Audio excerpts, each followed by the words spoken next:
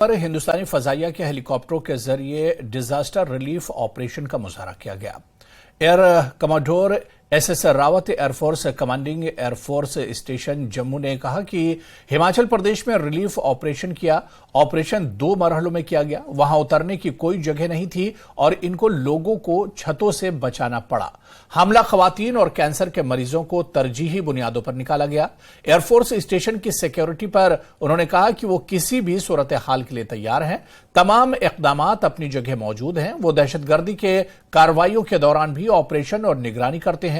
कुदरती आफात के दौरान इमदादी कार्रवाइयां करना हमेशा एक चैलेंज होता है, क्योंकि ये नई जगह है। जहाज में कमांडोज को तरबियत दी गई है जो इन लोगों की मदद करते हैं जो ताउन करने में हिचकिचाते हैं। एयरफोर्स ने इमदादी कार्रवाइयों के लिए ME-17 हेलीकॉप्टर का इस्तेमाल किया। सिक्किम के लापता फौजियों पर उन्होंने कहा कि इस हवाले से हर मुमकिन कोशिश की जा रही है। भारतीय फजाइया कुदरती आफात के दौरान रेस्क्यू और रिलीफ ऑपरेशन करती है। ये ऑपरेशंस कैसे अंजाम पाते हैं, इस हवाले से मनोज कौल तफसीलात दे रहे हैं।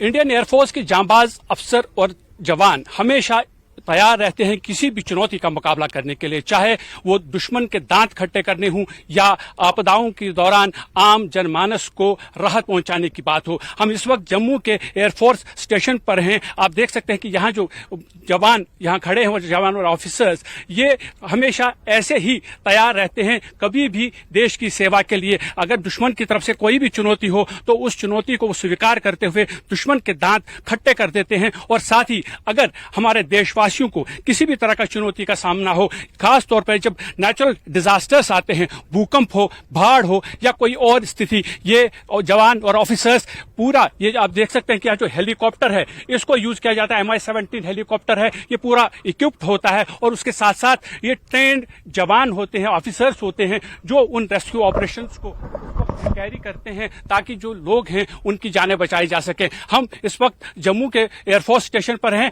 हमारे साथ हैं इरफान जारियाल, जिन्होंने हाल ही में हिमाचल प्रदेश और पठानकोट में जिस तरह की त्रासदी हुई थी, जिस तरह की बाढ़ के हालात पेश आए थे, उसमें उन्होंने हजारों लोगों की जानें बचाई हैं। हम उनसे ये जानने की कोशिश करेंगे कि आखिर ये जो स्थितियां होती हैं किस तरह से वो उन स्थितियों से निपटते हैं। सर, आपसे ये जानना चाहेंगे कि ये जब भी बाढ़ की स्थिति होती है कितनी चैलेंजिंग होती है? बाढ़ की स्थिति काफ़ी चैलेंजिंग होती है, लेकिन एयरफोर्स की ट्रेनिंग हमेशा इस तरह से रही है, खासकर पायलट्स के लिए, कि वो किसी भी इस तरह के चैलेंज को ओवरकम कर सकते हैं। कांगड़ा मंडी डिस्ट्रिक्ट के अंदर हमारे को जो अलग अलग चैलेंजेस आए थे वो ये थे कि एयरक्राफ्ट के कहीं पे लैंड करने की जगह नहीं थी। कांगड़ा में पानी भरा हुआ था, मंडी में हाई ऑल्टीट्यूड था, आसपास जंगल और खाई वगैरह थी सिर्फ। तो ऐसी सिचुएशन के अंदर पायलट्स को अपना मालूम यूज करके इनोवेट करना पड़ता है ताकि ऑपरेशन सक्सेसफुल हो सके, जो हम करते आए हैं हमेशा।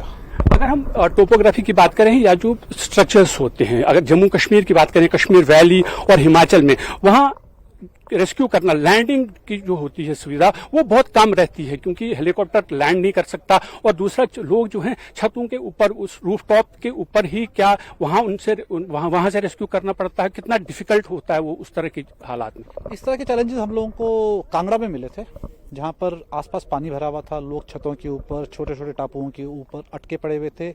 और सबसे इंपॉर्टेंट चीज ये थी कि जहाज कहीं लैंड नहीं कर सकता था। तो हम लोग कई बार ऐसा करते कि कोई छत के ऊपर लटका हुआ है तो एक पहिया छत के ऊपर है, बाकी हेलीकॉप्टर बाहर है, कमांडोज नीचे गए, लोगों को उठाकर जहाज के अंदर डाल रहे हैं। कई बार विंच इन कर रहे हैं हम लोग। कई बार ऐसा हो रहा है कि आप बहुत लो होवर के ऊपर आए हुए हैं, कमांडोज नीचे उतरे हुए हैं और उन्होंने अपने आप को जहाज से बांधा हुआ कि वो ना बह जाएं और लोगों को वो खींच के जहाज के अंदर डाल रहे हैं इस चीज के लिए। तो हमने देखा हुआ कि जैसे जब आप रेस्क्यू के लिए जाते हैं वहां अलग अलग एज ग्रुप के लोग आपको मिलते होंगे, कुछ बुजुर्ग भी मिलते हैं, बच्चे भी मिलते हैं, और कुछ ऐसे लोग भी होते हैं जिनको हाइट से डर लगता है। और कभी ऐसा डर लगता है कि अगर हम हेलीकॉप्टर में बैठेंगे कैसे बैठेंगे, क्या हम वहां तक पहुंच पाएंगे, या उस सीढ़ी को क्लाइंब करना है कैसे कर पाएंगे? तो क्या इस तरह की सिचुएशंस आती हैं और उनको ओवरकम कैसे करते हैं? कांगड़ा डिस्ट्रिक्ट के अंदर हम लोग 3 दिन की बच्ची से लेकर 90 साल की औरत तक को रेस्क्यू किया था।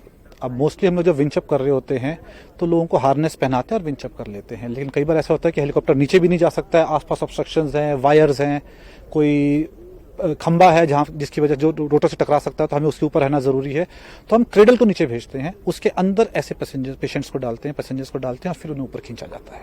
हिमाचल में आप अभी हजारों लोगों को रेस्क्यू करके आए हैं, कोई खास मोमेंट आप शेयर करना चाहेंगे कि जो आपका यादगार हो अभी तक?